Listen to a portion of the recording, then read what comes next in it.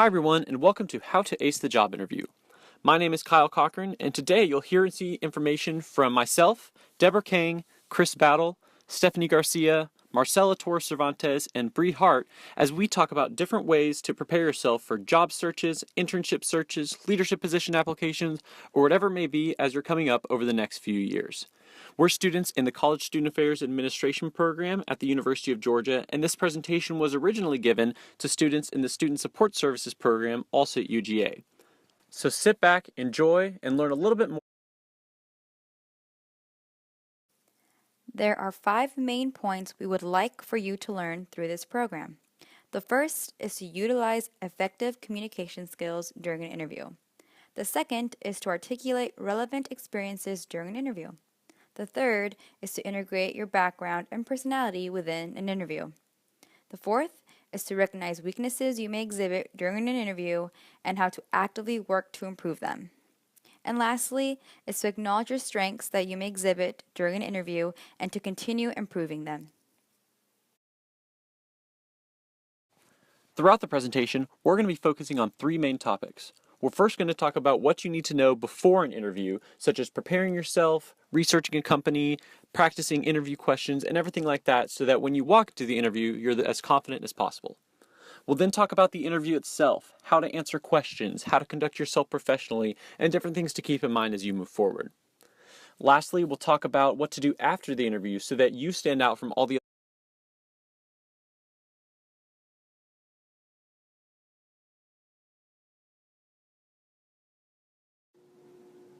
Hey, I'm Deborah, and I'll be sharing with you some tips on how to prepare before you step into an interview. To begin, I encourage students to pay attention to their appearance. It's important to make a good first impression, and with appearance, my advice is to keep it pressed, polished, and professional. Make sure that your suits fit well, it's altered and ironed. Any accessories such as shoes, ties, or jewelry should not be too distracting since we want the employers to stay focused on your speech. Side note, although the term professionalism is subjective, there may be companies who have very rigid rules and expectations about what a professional look is. I advise you to do research on the company and the employees who work there to determine if this place would be the best fit for you. And in addition to that, if your budget does not allow for a new suit, be sure to check out local consignment stores such as Goodwill or Salvation Army because they have a large selection and you could walk out with an outfit for under. Before we move on, I want to mention hygiene and energy in our presentation because most people don't think of these as contributing factors to their appearance. But when you seem restless or have bad breath, it can really be difficult to pay attention to your answers during the interview. So make sure you get a lot of sleep days before the interview and make sure to wear deodorant and brush your teeth. My next point is less about physical appearance, and it focuses more on the inner self. Interviewers may ask questions about past experiences, your strengths and weaknesses, and your qualifications for the job that you're applying for. Now, this can be a difficult task if you haven't looked at your resume in a long time, reviewed what significant experiences you had, or what lessons you took away from each opportunity. So make sure to look through the documents you've sent to the employer, including your resume. Make connections to your skills and knowledge about the job posting. And try to remember 4 or 5 stories that show the employers what you're capable of. We usually refer to these as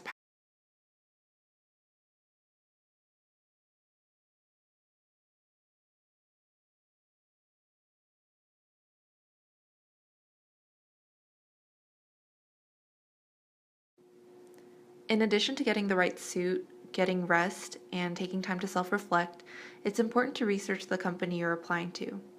Kyle will go into more detail about this in a moment, so I'll move on to my point. Once you do some research, there may be questions that pop up, such as, who would I be reporting to? What's their supervisory style? What is the office culture like? They should be questions that cannot be answered online by Googling the company name. You should save about 3 or 4 questions like these to ask the interviewer, which shows that you're really interested in the position and that you've done your research. So some of you might already be thinking, is it okay to ask about pay? Depends. You would have to do some extensive market research first. For instance, how much do people in your position you're applying for generally make? Do they live in similar cities and economic markets? What about company size and resources?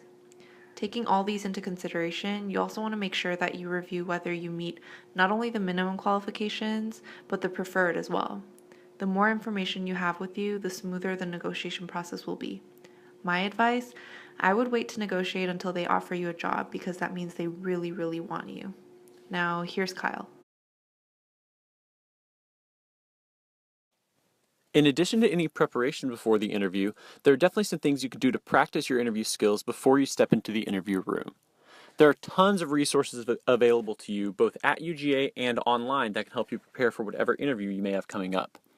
One thing I definitely recommend is going to the Career Center on UGA's campus. There you can schedule a mock interview with one of the professional career consultants, and they can give you instant feedback to whatever you need to improve for your interview. One great thing about the Career Center at UGA is that it's available to all students. You simply can go online or call and schedule an appointment. And even after you graduate UGA, if you're applying for a new job or graduate school or whatever it may be, you can go back as an alumni anytime and utilize the resources as well. Another great resource is optimalresume.com. This is a resource available through UGA, but is actually an external company that can give you resume skills, cover letter skills, interview tips, or whatever it may be as you're coming up for your interview. One other important thing to keep in mind is researching the actual company, office, and position that you're applying for. This is important to ensure that whatever position you're about to take aligns with your personal values. So I recommend going on the company's website before and reading up on the company's mission statement, reading staff members' bios, asking around colleagues or the Career Center professionals who might have some knowledge of the company to ensure that the position you're applying for is something that you could be passionate about. There are also a lot of external resources to find out this information as well, such as journal articles and research articles about the companies, tons of webinars that are available just like this about specific companies or industries, also tons of blogs and social media. Companies will often have social media accounts for themselves, as well as the professionals who work there will have their own social media accounts, and companies sometimes even put blogs on their website itself to talk about new things going on in the company or anything like that. All of these can give you a little bit more genuine of a taste of what the company has to offer, especially because this content won't be quite as crafted as the website itself will be, so a blog or social media can be a lot more grounded and a lot more genuine types of information. At UGA, there are also a ton of resources that you can get involved with to build your professional network and learn a little bit more about different companies that are available in the industries that you might be interested in. There are professional organizations housed within a lot of the academic schools and colleges on campus, and there's tons of conferences available either at UGA or in the Atlanta area that you can access really easily to take advantage of different networking opportunities there as well. Your professors, the Career Center, your academic advisor, or anyone else at UGA might have connections to these conferences or any other resources. So I definitely recommend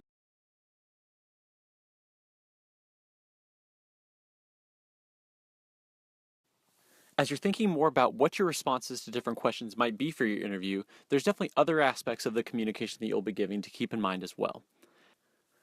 Through speech, it's very common that the words that you say actually only contain a fraction of the message that's being sent. So other aspects of the message, such as the nonverbal communication, are definitely important things to keep in mind. Your nonverbals can be very important into going into whatever first impression you leave for an employer, which is of course incredibly important because that first impression will definitely be a lasting impression. How you introduce yourself, how you shake hands, and all of that are all very important. So I definitely recommend practicing beforehand with a friend or whoever it may be to ask about any feedback for how you introduce yourself or how you conduct a handshake. As you're going through the interview, there's definitely some personal things to keep in mind about yourself as well, from head to toe. So your facial expressions, how you react to questions, what your idle expression looks like, if you might look bored or anything like that. Those are all very important things to keep in mind of because whatever you do may be less obvious to you than it would be to someone else. Also, any nervous twitches that someone may have, such as playing with your hair, or tapping your fingers or your feet, or licking your lips or anything. Those are all very, very common things that people do in interviews, often without even noticing them. So I definitely recommend reaching out to a friend before and practicing some interview questions so that they may be able to pick up on some different things you can improve before the interview itself. Another thing that practice can really help is managing the amount of time that you give for each interview response. You want to have a balance between having too long of answers or too short of answers so that your interview answers don't go on and your interview answer actually gets lost in the process, but you also don't want it to be a 1 to 2 word answer either. So practicing with a friend beforehand, practicing answers in a mirror or anything like that can definitely be very helpful. You'll also want whatever answers you do give to be as clear and detailed as possible within that appropriate amount of time. One common type of question that you'll probably come across in an interview is a situational question, such as a time that you handled conflict, a time when you had to work through adversity, a time when you had to work on a team, anything like that. A lot of these are really popular interview questions to not only see what type of situations you've been in, but also that you can craft your message appropriately and constructively in a short amount of time. One method we recommend using for any of these situational questions is what we call the STAR method. STAR stands for situation, task, action, and result, and is a good way to craft a different answer for a certain type of situational question. With each of the letters in STAR, situation means what type of situation was at hand, what was being asked of you, what needed to be accomplished. Task talks about you figuring out specifically what needed to be done to make whatever change was necessary. Action then talks about the specific action you took to address that solution. And then lastly, result talks about what happened because of that. What were the positive improvements that happened because of the action that you took? This is something people often leave out, and they'll say what happened without actually talking about the positive result. But that's really what the interviewer is interested in the first place, that you can make positive change in a group, on a team, or in any sort of situation. So as an example, if an interviewer asks you of a time when you had to manage conflict on a team, the situation might be that two members on the team weren't communicating with each other. The task for you was to find a way for them to come together to talk about whatever problems they were having. The action you may have taken would be asking them if it was okay for the three of you to meet in a moderated conversation to talk about whatever problems were at hand. And then the result could be that each shared their opinions, shared their differing viewpoints, and that some sort of common ground was achieved. Before you go into your interview, I definitely recommend thinking of a few different situational examples that you might be able to use. Now, some of you may just be itching to learn what interview questions will be asked, so you can start preparing. Here are some basic questions on the slide I have compiled during my work at the UGA Career Center. Keep in mind, these are basic interview questions, so these may or may not come up, but they do help you prepare for those power stories I mentioned earlier, so stick with me as I give you some tips for each question. First, tell me about yourself. This is a tough question for many candidates because it's so broad. I recommend providing basic and relevant information that the employer should know about you. For instance, your major, jobs, organizations you've been involved with, what led you to your interest in the field, some of your strengths and future goals. You don't have to cover all of it, but a good response usually fills up about a minute and a half. Make sure, though, not to recite your resume. Just pull out key experiences and takeaways that show you're a good fit. Next, strengths and weaknesses. For strengths, make sure to use 3 to 5 terms to describe yourself and tell the employer how you know that those are your strengths, and be as specific as possible. How do you know that you're an organized person? Did you have a long-term project you needed to stay organized for? Tell that story.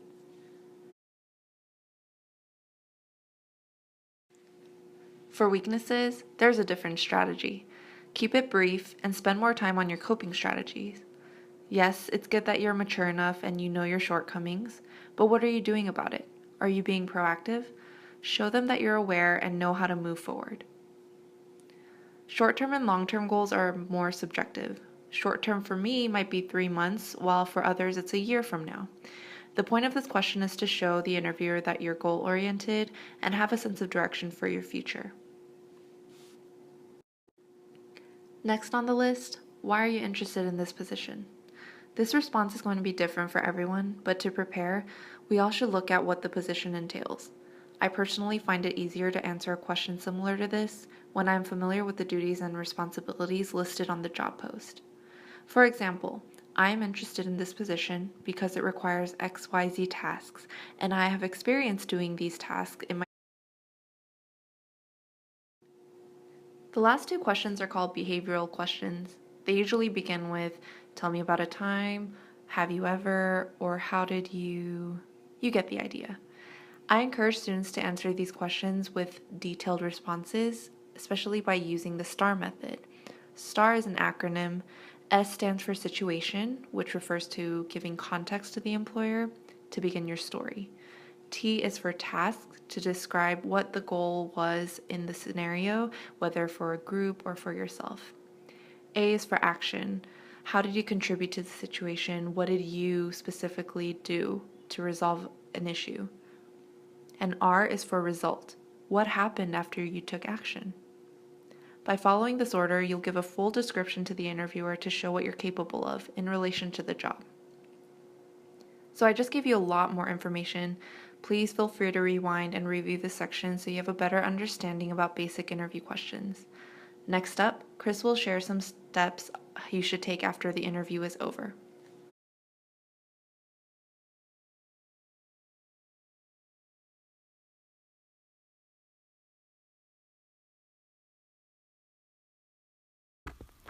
Now that you've had your interview, you're probably wondering what to do afterwards. That's where the follow-up comes into play. The follow-up can be a vital part in the interview process. This is another opportunity to set yourself apart from other candidates. A few examples of this can be by email, physical card, or a phone call. When sending an email, it's best to do so within 24 hours of your interview. When mailing a physical card, you should do so as soon as possible. If you'd like to call the employer of your interview for the follow-up, make sure to do so within a week. The follow-up is not just a chance to say thank you. You can also use this as an opportunity to clarify any questions that you didn't have a chance to properly answer. The follow-up can also grant you time to ask for construction. There are 3 key things to remember when writing your follow-ups. You want to be genuine, appreciative, and to make note of any takeaways you got from the interview. When expressing yourself in your follow-up, you want to make sure to be authentic in your approach. You also want to make sure that you're expressing gratitude for the opportunity that you've had with them to be interviewed by the company that you were interviewed with. And lastly, the takeaway. If possible, mention something that you took away from the interview, whether it was a story from the employer that you really enjoyed, or whether it was something that you've learned that would make you even a better candidate for the opportunity.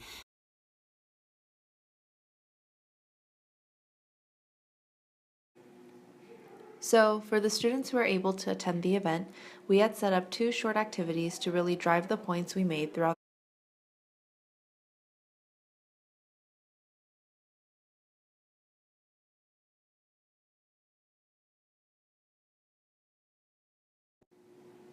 The first activity was a group mock interview for 3 to 4 students. We had facilitators ask each group a set of common interview questions so students have a chance to observe their peers and refine their responses. If you would like some practice, the Career Center offers one-on-one mock interviews so you can get personal feedback on your overall interviewing skills.